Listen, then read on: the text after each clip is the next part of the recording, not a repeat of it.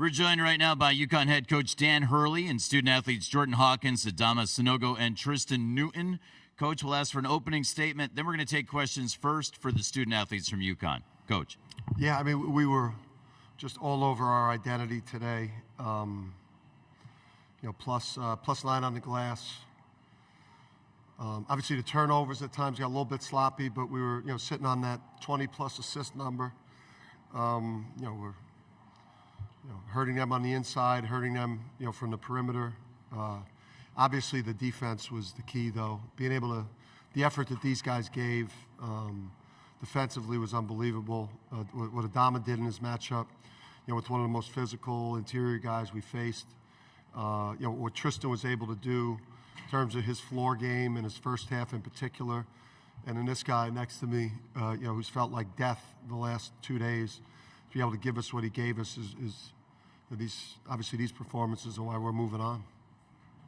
Both locker rooms are now open, just so everyone knows, and we're going to take questions for the UConn student athletes. If you have a question for Jordan, Adama, or Tristan, please raise your hand. Let's start in the back on the left. Kevin. Yeah, Kevin Sweetie, Sports Illustrated. This is for Adama. The 2 threes in the first half and then the pump fake drive layup in the second. Yeah. What did those plays say about how different your game is today than it was a year ago? Like you said, this is something that I work on all summer, especially shooting. I know a lot of guys, they don't respect my shot. So soon I saw him dropping, and I wait a second to see if he gonna close out, and he didn't close out. I was like, all right, this is my shot, and I took my time and I shoot it. For sure, some team that gonna watch this game, they're gonna be like, they gonna start resetting my shot. So I think that gonna make the game easy for me for sure. Yeah. Up front on the left side, Dom. Dom Amori, Hartford Current. Adama, when you came out of the game for the last time, do you remember what did you say to Coach or what he said to you? It looked like you guys had a little exchange there. he asked me what I'm doing. I didn't even, cause I forgot to give him a hug. That means, cause a lot of people, he say, you should celebrate this right now, cause a lot of team wanna be here right now. So us being able to play Monday night, he said, you give me a hug for that, yeah. Continuing with questions for the student athletes from UConn. Let's get a microphone to Zach in the center of the room. Go ahead, Zach. Zach Braziller, New York Post. Jordan, you guys are beating teams by an average of 20.6 points per game. What do you think has happened for you guys in this tournament where it seems like you've gone up another level? All starts with the defense. On the defensive end, we've been very, very elite, taking away matchups, rebounding the ball, getting out in transition, playing to our strengths. So I think that's the biggest difference we've been doing from other teams. We're looking for the next question for Jordan, Adama, or Tristan. If you have one, please raise your hand. All the way in the back to the left of the aisle, there's Aaron.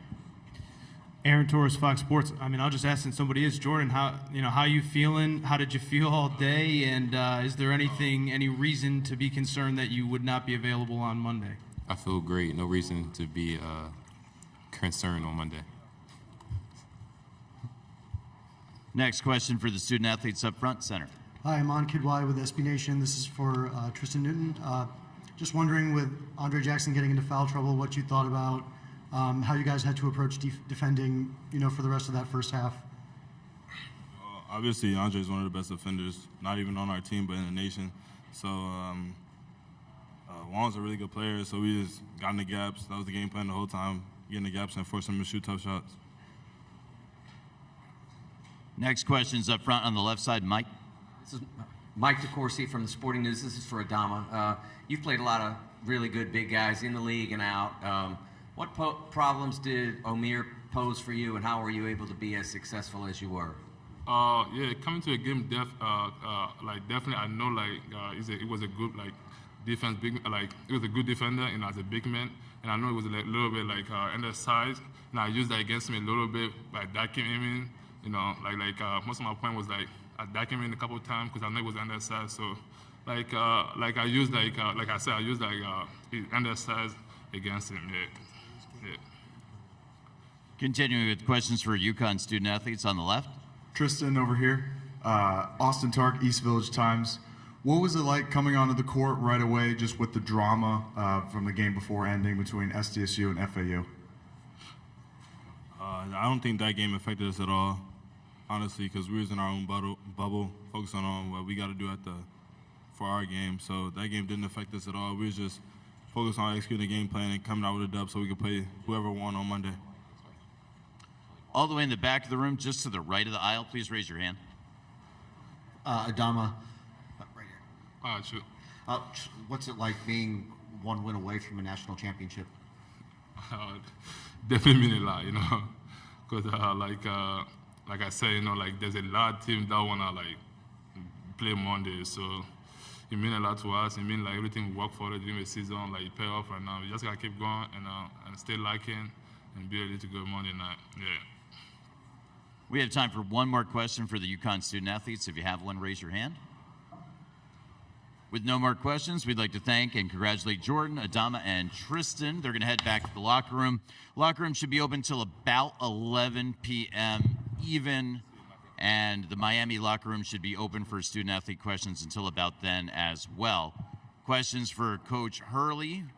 Let's start on the left side, just to the right of the aisle. We have two there. Let's go to Dana first.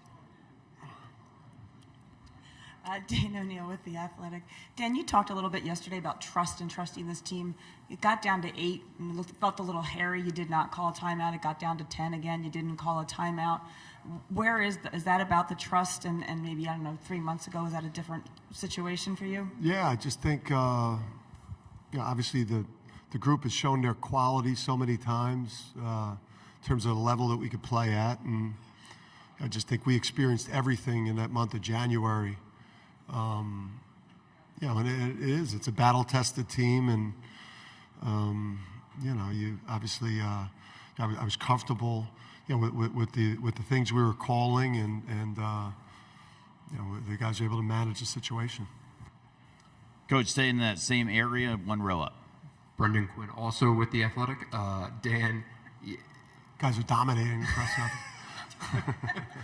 with Adama, There was points in the game where when Andre was out, he was pointing out guys' positions, calling out plays. Like, I wonder if you can just kind of speak to the development of his just understanding of the game and his communication and just that progress that you've seen. Yeah, he's come such a long way, Brendan, and he reclassed up. So he's a younger player, than the junior that he is. He's grown so much, his knowledge of the game. Obviously, him and Andre are the two leaders of the team. Andre's the vocal leader, Adama, and the emotional leader, and then Adama's the by example guy. But for a guy that's only been playing basketball like 6 years, he's a sponge. His work ethic is off the charts, and so he watches tons of film, and he's like learned a lot of basketball concepts, which is tough for international players that don't have the experience, especially a guy coming from Mali. Center of the room, this question is for Zach. Zach Brazil, New York Post. Dan, I asked you guys this: 20.6 points per game average. You guys have made it look easy.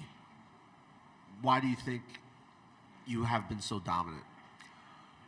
I just think that, when we're doing, when we're playing harder than the other team, which is our calling card, going like +9 on the glass, playing elite defense, and then having a lot of answers on offense, there's nowhere where we're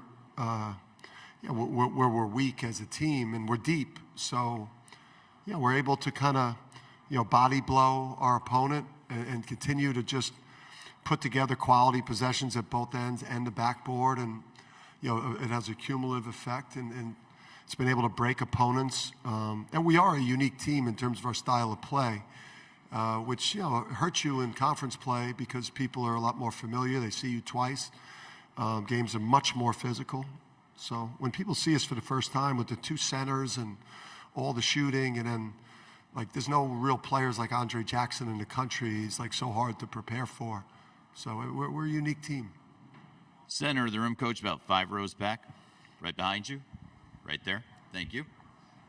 Hi there, Coach. Jake Fenner, Daily Mail. There was one point in the first half, right around the 7:40 media timeout. Miami had come back, they had tied the game. Coming out of that timeout, your team looked a lot more coherent on offense. They looked more dominant on defense. Was there anything that you said to them at that timeout that kind of tied it all together? Yeah, we needed to put more pressure on the paint. I thought we, I thought we had a little bit of fool's gold to start the game. I mean, no matter what Kamani Young and Luke Murray tell you, it was not their idea to have Adama make 2 threes to start the game in a stadium. So I just thought that we were shooting maybe a little bit. It was fool's gold. We weren't doing enough at the paint, but we were guarding. But then we were losing our defensive intensity. Some of that had to do with Andre, being missing pretty much the whole first half. But I just thought the start to the game offensively was a little bit of fool's gold. We needed to do more at the paint. And we need to get our defensive edge back. And they were all over the offensive glass, which usually doesn't happen to us. In the third row, center. Hi, Coach. Hayden Silly with Cronkite News. There were reports about you. Arizona State? Yes. All right.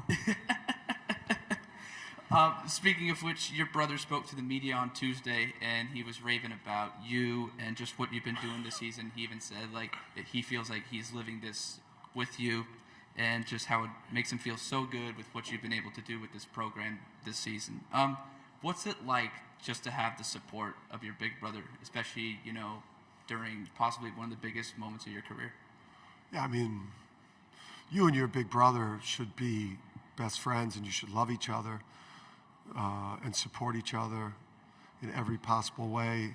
Our relationship, I would say when we were younger, it was a sibling rivalry that evolved to each other's, greatest supporters outside of our wives and our sons. And then obviously I'm lucky to have my dad and mom and my wife's family. So, but yeah, I mean, it means everything to me. He's gotten in early to got early to Vegas so he could see me the night before, and he got here early so he could see me last night.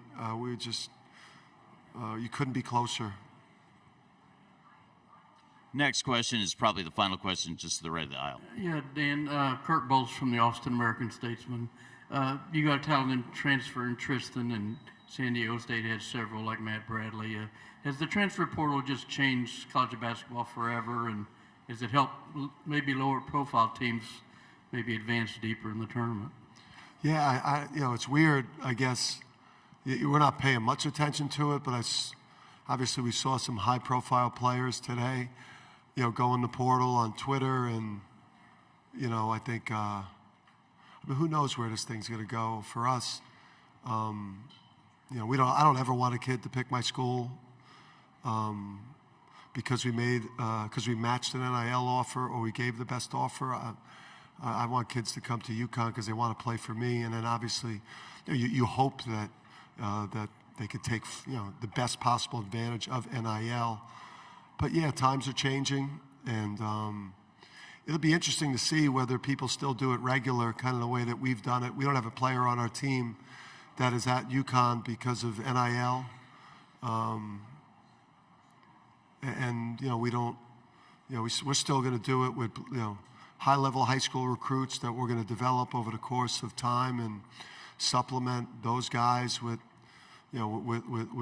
with transfers out of the portal that make sense for our culture and in the way that we run our program, which is more old school. We want to thank and congratulate Coach Hurley. Thank you, guys. Coach, we'll see you back here again tomorrow. Thank you. Any other needs for Adam and anyone else I spoke with?